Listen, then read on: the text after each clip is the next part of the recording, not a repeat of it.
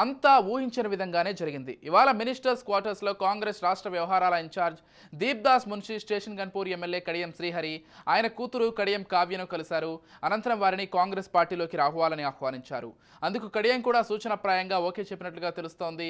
అయితే కాంగ్రెస్లో చేరాలంటే ఆయన 2 షరతులు పెట్టినట్లుగా తెలుస్తోంది. వరంగల్ ఎంపీ టికెట్ తనకు ఇవ్వాలని కడియం శ్రీహరి కాంగ్రెస్ పార్టీని కోరినట్లుగా సమాచారం. ఎమ్మెల్యేగా రాజీనామా చేస్తానని ఆ స్థానంలో తన కూతురికి అవకాశం ఇవ్వాలని కోరగా అందుకు రాష్ట్ర కాంగ్రెస్ పెద్దలు ఏఐసీసీ కూడా ఓకే చెప్పినట్లుగా తెలుస్తోంది. దీంతో ఆయన రేపు ఢిల్లీ వెళ్లి కాంగ్రెస్లో చేరనున్నారని తెలుస్తోంది.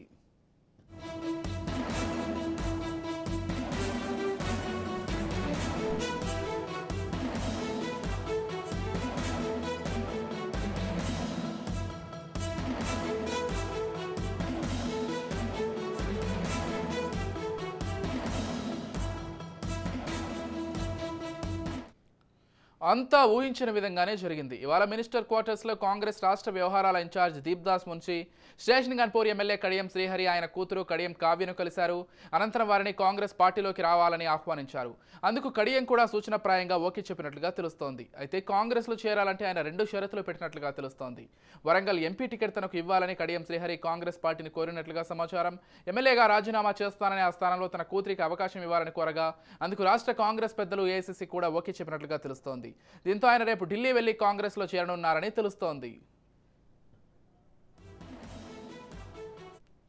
మొత్తంగా కడియం శ్రీహరి కాంగ్రెస్ పార్టీలో చేరతారనే ప్రచారం చాలా బలంగా జరుగుతోంది. ఇదే అంశానికి సంబంధించి మరింత సమాచారం అందించడానికి మా ప్రతినిధి మహేందర్ రెడ్డి ఫోన్ ద్వారా సిద్ధంగా ఉన్నారు. చెప్పండి మహేందర్. విజయ్, మొత్తంగా కేసీఆర్ అతి సన్నిహితంగా మెలిగినటువంటి కడియం శ్రీహరి ఇప్పటికే రేవంత్ రెడ్డితో కడియం శ్రీహరిని కాంగ్రెస్ వైపు అడుగులు వేయడానికి పూర్తిగా పనిచేసింది. కేసీఆర్ కు సన్నిహితంగా ఉండే వారందరినీ కొత్త లాగడంలో కాంగ్రెస్ పార్టీ పూర్తిగా సక్సెస్ అని చెప్పొచ్చు. కడియం శ్రీహరి కుమార్తె కడియం కావ్య బీఆర్ఎస్ పార్టీ గుర్తించి కడియంను దూరం చేసుకోవద్దని అటు కడియం శ్రీహరికి కుదురుకు బీఆర్ఎస్ టికెట్ ఇచ్చినా కూడా మొత్తానికి నేను పోటీ చేయను అని చెప్పి బీఆర్ఎస్ నేతకు తను చెప్పడం జరిగింది. అలాగే పార్టీకి కూడా గుడ్ బై చెప్పే అవకాశం నిన్న భావించినప్పటికీ అదంతా నిజమైంది. కాంగ్రెస్ పార్టీలో చేయడానికి వారంతా సిద్ధమైనట్టుగా నిన్నతో ఒక క్లారిటీకి వచ్చారు. మొత్తానికి కడియం అండ్ కూతురు కాంగ్రెస్ పార్టీలో 2 షరతులతో కూడినటువంటి జాయినింగ్ అయితే అయ్యాయి. మొత్తానికి కడియం కాంగ్రెస్ పార్టీ నుంచి ఎంపీగా పోటీ చేస్తాడు. తను గెలిచిన తర్వాత వచ్చే ఉప ఎన్నికలకు వస్తే తన కూతురుకు తన టికెట్ ఎమ్మెల్యే టికెట్ ఇవ్వాలని షరతులు పెట్టినట్టు తెలుస్తుంది. ఆ రకంగా ఏఐసీసీ కూడా కడియం డిమాండ్ ఒప్పుకున్నట్టు తెలుస్తుంది. మొత్తానికి కాంగ్రెస్ పార్టీ వైపు చేరికలతో సంబరాలు జరుపుకుంటుంటే బీఆర్ఎస్ పార్టీ మాత్రం విలవిల్లాడుతున్న పరిస్థితి కనిపిస్తుంది.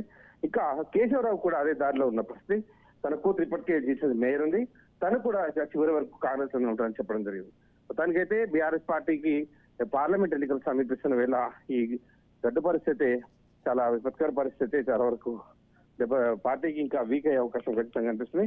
వాళ్ళు ఆశించిన టికెట్లు కాదు కదా, కనీసం ప్రచారానికి కూడా ఇప్పటికీ కేసీఆర్ బయటికి రాలేడు. దీనిపై స్పందించడానికి కూడా పూర్తిగా స్పందించడానికి ఒక నాయకత్వం కూడా లేకపోవడం అనేది విస్మయానికి గురి చేస్తుంది.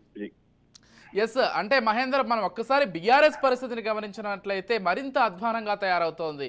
అంటే ఒకవైపు అటు కేసీఆర్ కావచ్చు, కేటీఆర్ కావచ్చు ఎంత ప్రయత్నం చేసినప్పటికీ కూడా పార్టీలో ఎవరు ఉండనటువంటి పరిస్థితి. ముఖ్యంగా సీనియర్ నేతల విషయంలో అయితే అసలు ఎవరు కూడా ఆపలేనటువంటి పరిస్థితి కనిపిస్తోంది. అంటే కడియం కావ్యకు కూడా వరంగల్ నుంచి టికెట్ ఇచ్చినా కానీ ఆమె నిరాకరించడం కావచ్చు, ఇద్దరు కలిసి అంటే తండ్రి కూతురు ఇద్దరు కలిసి ఇప్పుడు కాంగ్రెస్ వైపు చూస్తుండడం కావచ్చు. అంటే ఏ విధంగా చూడాలి? ఎంపీ ఎలక్షన్స్ దగ్గర పడుతున్న ఒక నేపథ్యం, మరోవైపు చాలా సీనియర్ నేతలు అందరూ కూడా ఇతర పార్టీల వైపు అంటే ముఖ్యంగా కాంగ్రెస్ పార్టీ వైపు చూస్తున్నటువంటి తరుణం. అంటే మొత్తంగా బీఆర్ఎస్ పరిస్థితి ఏ విధంగా ఉంది మహేందర్? విజయ్, ఎవరైనా సరే పార్టీ మారడానికి కారణాలు చెప్తారు. తాము పోటీ చేస్తామంటే తమను గుర్తించలేదు, టికెట్ ఇవ్వలేదు, పార్టీని అందుకే మారుతామని ఒక కారణాలు చెప్పడం సహజమైనటువంటిది. ఇక్కడ కడియం శ్రీహరికి ఒక సముచిత స్థానం కల్పించారు. ఎమ్మెల్యే టికెట్ తనకే ఇచ్చారు. ఎంపీ స్థానం తన కూతురికి టికెట్ బీఫామ్ కూడా ఇచ్చిన తర్వాత పోటీ చేసేందుకు పూర్తిగా విముఖత ప్రదర్శించారు. ఎన్ని సర్వేలు చేసుకున్నా కూడా బీఆర్ఎస్ పార్టీ అక్కడ గెలిచే అవకాశమే లేదని పూర్తిగా స్పష్టం చేసుకున్నారు. ఏ స్థానం కూడా అటు బీఆర్ఎస్ పార్టీ వరంగల్ జిల్లా వ్యాప్తంగా ఉండదు అని చెప్పేసి వాళ్ళు మొత్తంగా నిర్ణయించుకున్న తర్వాతే 1-2 సార్లు పూర్తిగా సర్వేలు చేసుకున్న తర్వాతే వాళ్ళు పార్టీ మారడానికి ఇప్పుడు నిర్ణయించుకున్నట్టు తెలుస్తుంది.